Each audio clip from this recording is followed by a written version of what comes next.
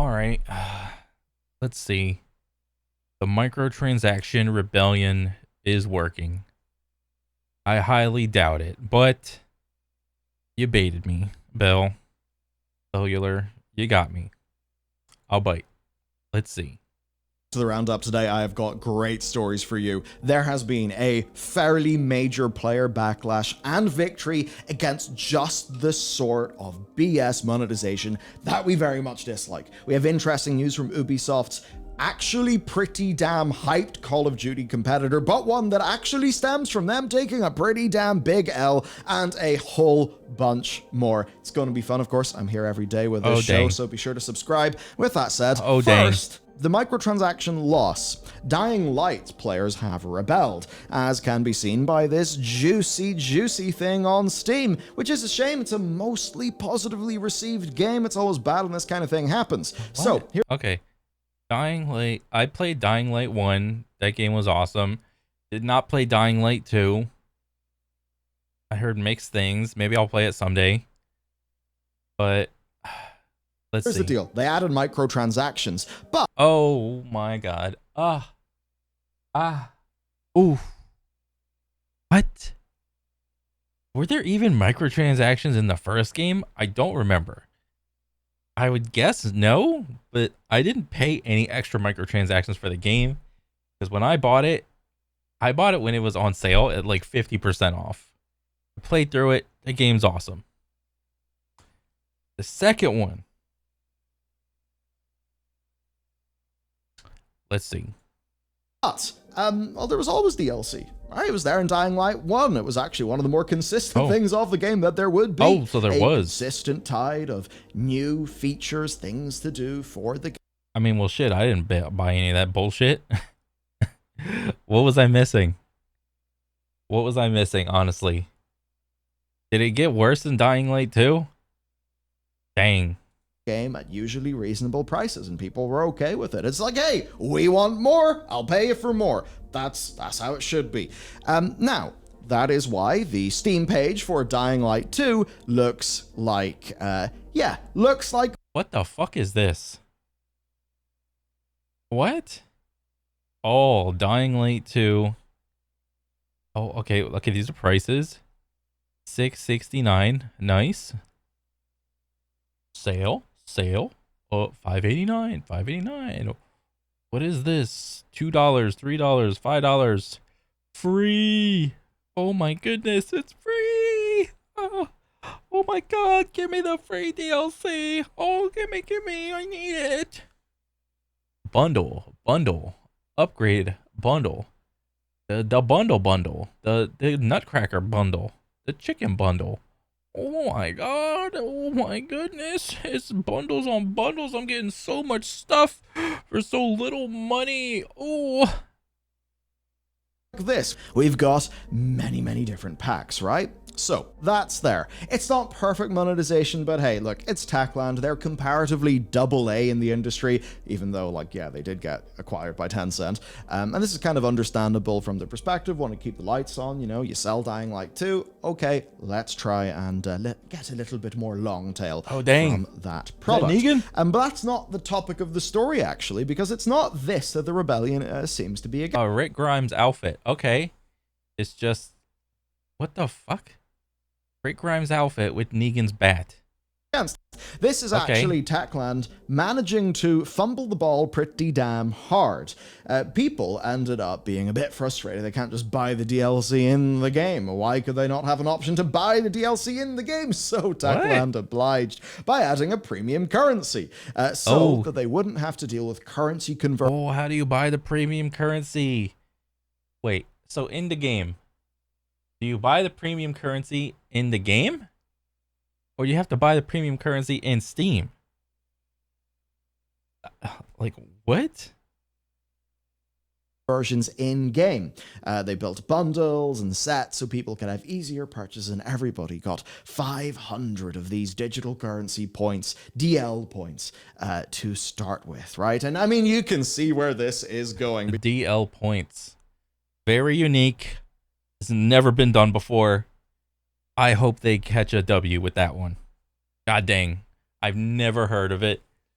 of the premium currency being called the game and then points. Because somebody at Techland read the standard sales template for how you do a premium currency, where it's sold in packs of 500, 1100, 3600, 6500 with, Oh boy, awkward price increments. So that if you buy the big one, you can kind of get 2 of them, but then you still got a little left over. So it makes you seem like, oh, I should just get another 500 and just get another little extra one on top of it. Yeah. a better deal, bonus value, extra free, the more Bonus ones value you get, right? Now, the cheapest items in the store were matching the original costs on Steam at 300 points. But of course, what do you do with your remaining 200 points? You can't buy anything for 200 points, so you might as well just buy another 500 pointer. God dang. Well, you better go buy some more. And now we're back to the ubiquitous problem with these. Because that's just $2 sitting there. You wouldn't leave $2 just sitting there on the sidewalk, would you? Oh, you can't do that.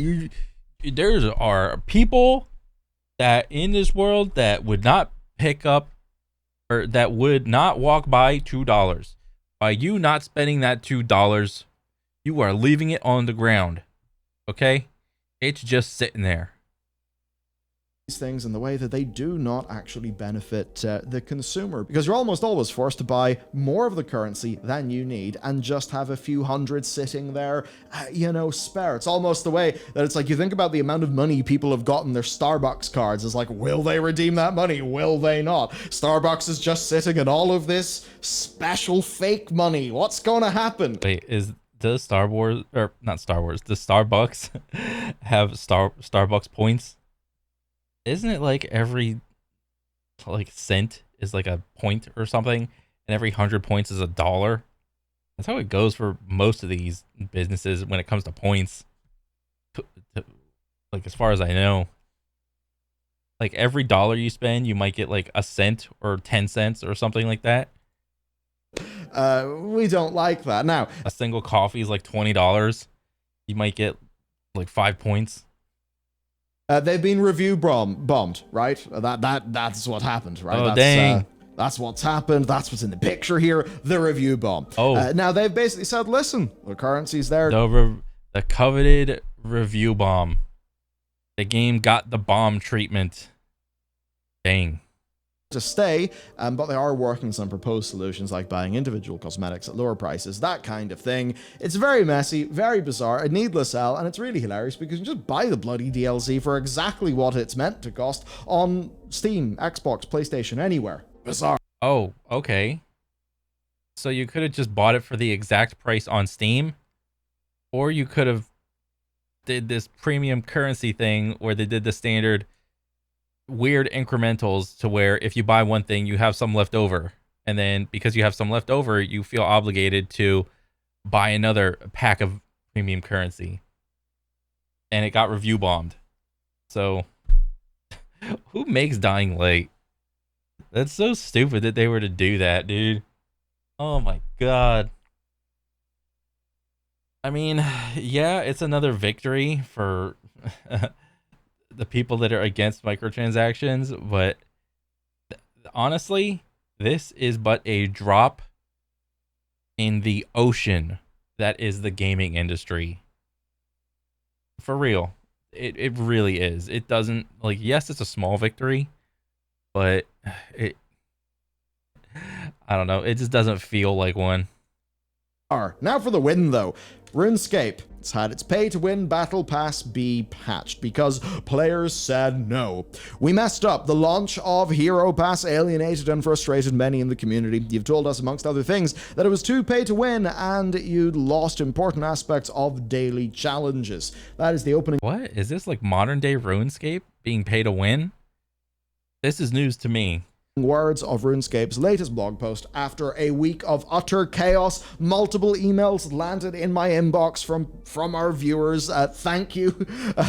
Yeah, man. Oh boy, this was something. So essentially, they introduced a new monetization method called the Hero Pass. It was introduced at the end of... Oh, RuneScape got a battle pass. Oh my goodness. Does it come with a free version and then a a paid version and then a super paid version. Oh my God, let's see. Of August as an always-on reward system. Oh, yeah. Yeah, that would effectively give a 3-month battle pass for players to work towards by just playing the game, except... Dang, a battle pass that takes 3 months? Dang, that's sizable. Even when I was grinding away at Apex, that shit felt like it took forever. God dang. there was the Premiere option. Oh, yes. Oh, lovely Premiere that you either got through your sub to the game or that you could just buy as a pass in the game. And this also replaced the old previous reward system of daily challenges and the things people have been working towards. Oh my God, this is the funniest shit. I didn't think RuneScape, like modern RuneScape, could have microtransactions and battle passes and all the amenities of modern gaming. Dang. This is news to me. It had all the expected elements here, right? Your dailies, your weeklies, your rewards earned by play. Yeah, you got to keep the player coming back to your game, because when they're not in your game, they're not spending their money on your game. But it had constant buffs. Increases to activation chance on skills, or XP buffs. With these being short-term player-activated boosts, or you could get more in the premium track, which of course you could just buy. More on the premium track. On the, I don't know if this is the middle one or the super one, or maybe it's just a free one and a premium one. Oh my God, which you could buy tier skips for. This is standard operation for a battle pass, all right? Now put that all together, and let's take a look at how that impacted the Steam charts. And oh my. Mostly negative. Surprise. Wow. This is so funny. There's like two polar opposites going on. These gaming companies are tanking their public perception and reputation to gain some monetary gain. How much? Nobody knows really. People can guesstimate. But at the end of the day, nobody knows the exact numbers. Okay? And because that seems to be the trend in modern games, to just come out with a game, make it a live service, add a bunch of microtransactions, paid cosmetics, battle passes, tier skips. There's 5 different versions of the battle pass.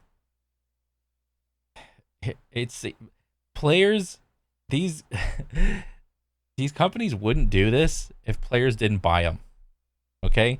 But since players buy them, companies are going to keep doing this. This is not news. Some skips for. Put all that together, and you do see the Steam charts impact, right? Oh, dang. 742 reviews in the red. So this is like this is a huge iceberg. This is a RuneScape iceberg. Right here. Into the depths of the burning hills. This 4-day period, with most of them being negative. I would say though, like, I don't think most people play RuneScape through Steam, so this probably was felt like quite a bit more, amongst the community. They don't have the game on, on the Steam platform. Now, there's really 2 camps here. Number 1, the pay-to-win boost is just way too much, and that it's pushing another level of money. Wait, RuneScape has pay-to-win boosts? You just boost your character in whatever level, like World of Warcraft?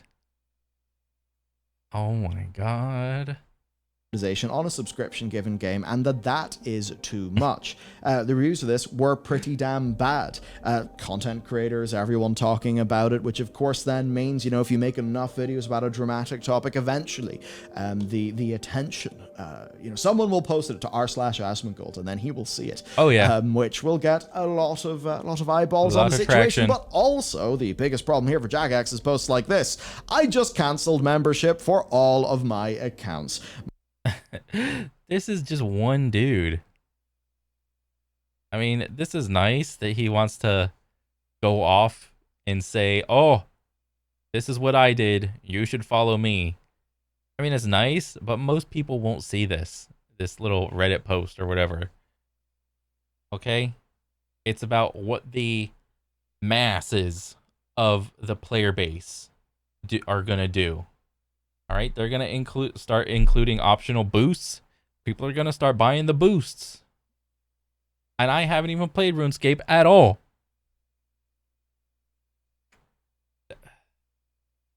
I mean, it's nice if you want to take a stand, but you gotta understand that if you do, you're most likely gonna be out there by yourself. Maybe not necessarily by yourself, but you're only gonna have a couple other people with you trying to make that fight, and it honestly, it's normally it's too big for one person.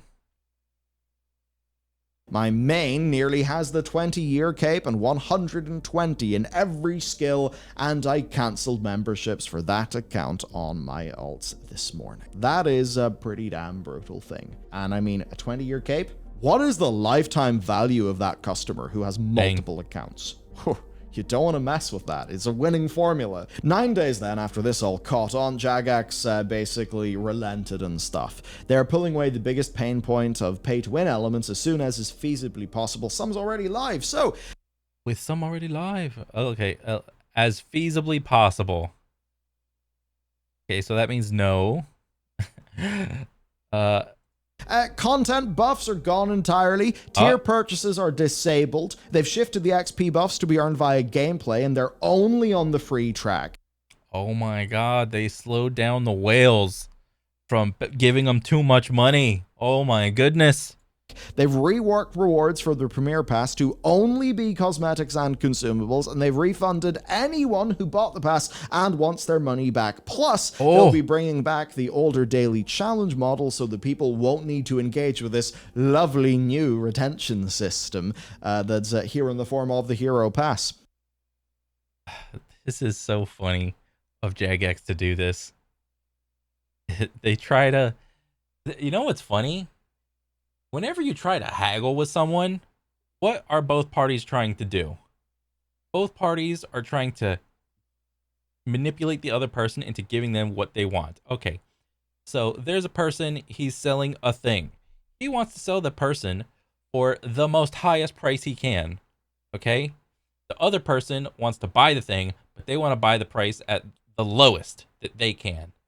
So what ends up having to happen? The fight of the haggle has to start to do this. They're gonna come to a point in the center. All right. This person knows they're not gonna get their first asking price. This person knows they're not gonna end up paying $1 or whatever. Okay, for their thing. So there's gonna be a point of where both parties agree, and they will come to center with it. This is what it feels, or what I feel that Jagexes did. They went all out with the microtransactions, and you can pay money for this, pay money for that. You can boost this, you can buy tier skips for that. Premium hero pass, premium this, premium cosmetics. You can pay $50 for blue. Okay, you can pay out your ass for whatever. So that's what they did. Now, the community was like, oh no, we can't do that. So they dialed it back a little bit to try to save some face. There's still a shitload of microtransactions in the game, except instead of going from 0 to 100, they can realistically just go from 0 to 90 now. All right, because of all the feedback that they got. That's what it feels like happened. They're also framing all of this as interim fixes with more to come, and they say they're very confident they can make this work for players, though as they put it, but with a redesign that the community can support. Now this is all interestingly timed because as Reuters is reporting, Jagex is currently being considered for sale for $1 billion from its owner investment firm Carlyle. Oh dang, who's going to pick up Jagex? Is it going to be Microsoft? Dang. which I mean maybe suggests that there might be some balance sheet boosting initiatives going on to justify those costs, so the corporate investment firm can get a nice sale. And of course, this is because they allegedly only bought the company for $530 million in 2021. Big profits. So yeah, imagine how many Lambos that's going to be. That's many Lambos. 2021, do a bunch of things to get that perceived value up. And damn, there you go. You just made $500 million. Happy. Yeah. Don't you love it when gaming companies are owned by investment firm Carlyle? Very. Yes. More Lambos. More Lambos. Who doesn't like Lambos? Cool. Okay, Ubisoft's X-Defiant may be sharing too much. This is interesting. How much info could be too much? Because we never really had a release date for X-Defiant, which is Ubisoft's attempt to make Call of Duty that I suppose is still very much the kind of movement shooter that a certain generation of Call of Duty gamers like. And here's the deal. Okay. X-Defiant, I haven't played it. I wasn't in the betas or whatever. And the game looked okay. To my knowledge, the last time I saw X-Defiant, everyone was playing some character that could pop an instant heal, and that's the only character that was being used. So hopefully they went back to the drawing board and fixed a couple things so it, mixes up the meta a little bit. And I don't know how the game feels. I don't know. I mean, apparently it's a boots on the ground COD. I don't know how much aim assist. I don't know how much visual clutter, so on and so forth. I don't know what the movement system is like. But it looks okay. Not gonna lie, it looks okay. X-Defiant is really well received. Like, it had issues earlier. Oh, wow. There's a scan meta?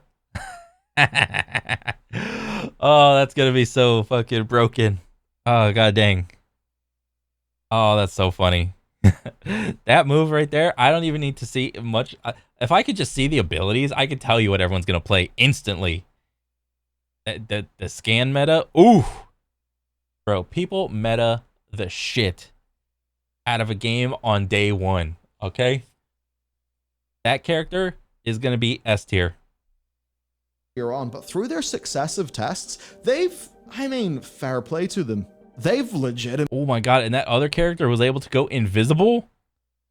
Or maybe semi-invisible? You could still tell the waves of a character is right there without being able to tell exactly where they're at. That could potentially be S tier. Is the scan gonna pick up the invisible dude? Who knows? Legitimately listened and done really damn good work with the game, to the point now where people are very excited about it. And when those betas happen, it even, it does get the numbers on Twitch. It does get. Oh my god, was that a one-hit melee from the backside? Ooh, better watch out. Get the players. But we've actually found out from director Mark Rubin that they failed console certification on both Xbox. What? How do you fail console certification? How does that happen? And PlayStation as of July. And he said hey, we're open with the community. We'll just say anything. And they really will. I don't think it's normal to toot the horn of we failed certification, but that is comically a good thing. It's like hey, we suck right now, but we're gonna try to fix it, guys. That is the most funny shit I've ever heard. Okay, because there's a lot of times with devs, they try to say that they are listening to player feedback, but to what degree of a pie slice? They can just say a thing, but how much they're actually listening is a whole nother thing, and how actually transparent they're being with the community is a whole nother thing. So them stating to their audience, we failed the console certification on both consoles, is hilariously transparent to me, where I think that's a good thing. Really, I really do. I mean, there you go. We did it, right? That's kind of funny. They had initially submitted to the console manufacturers at that point, but seemingly there was enough issues that their August target couldn't be met. And this is actually a fairly... Oh, is it going to be delayed? Delay that shit and fix it. All right? Nobody cares when the game's going to come out, as long as it's going to come out. Fix it so that on day one, players have the best experience that they can on day one. Because what you don't want to have is another game added to the bucket of games that walked out on day one and tripped on a banana peel. Okay? They just slipped, cracked the back of their head. Millions of people saw it. And that's the first impression and the last impression that they're going to see. Okay? Delay the game, fix the bugs, fix the issues, fix whatever you got to fix, and just deal with it, all right? Pretty normal thing. Fact is, we just don't really hear about it that often, so it's kind of weird. But I mean, it is part of this whole... Well, if it's Ubisoft, most of their marketing money is probably going to be going towards like Assassin's Creed, no?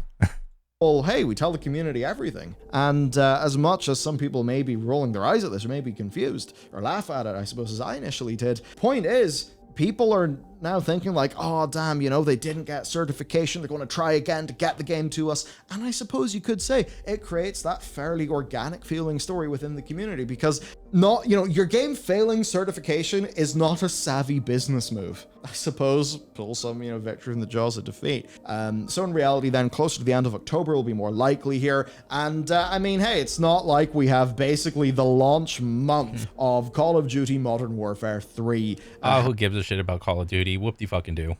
Happening anyway in the month of October. Another interesting thing then, a developer of one of the most... The Million Alert gives that game about 3 seconds of attention and just goes on to the next story. He literally said the same thing what I said, but in a more polite way. Oh my god. Oh my god.